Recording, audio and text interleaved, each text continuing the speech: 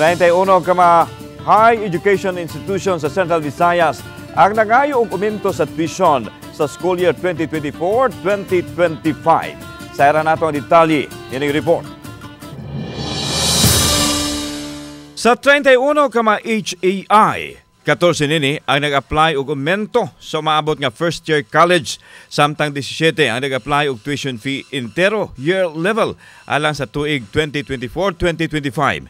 Dili hinuon mabutyag sa CHED 7 kung unsa kini ka mga tunghaan sa kolehiyo ug universidad sanglit nagpadayon pa man ang evaluation sa all-level application. Sanglit gikinahanglan man nga susihon nila kung natuman ba malagda nga gibasihan lakip niini ang consultation sa mga stakeholders sa mga HEI. Hinuon ang katong incoming first year, wa na kinahanglan ang consultation kung dili posting na lang sa mga tunghaan.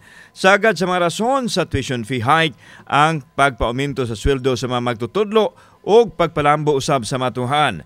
Sagad sa gipangayong aumento ang 5.1%. Certificate of Intended Compliance, notarized na siya, usa na sa mga requirements. So, ang distribution sa increase is 70% will go to the salaries for the teaching and non-teaching staff. Then 20% for the improvement sa facilities sa HEIs. Gipadayag sa CHED 7 official nga ang Commission and Bank ang modesider kung aprobahan ang gipangayong aumento o ginauman nga mo pagawas og desisyon sa dili pa moabli ang klase. June pa man ang deadline sa submission. So ongoing pa mi nag-upload pa mi sa mga application. Kauban si Clover Lumayag, ako si Alan Domingo.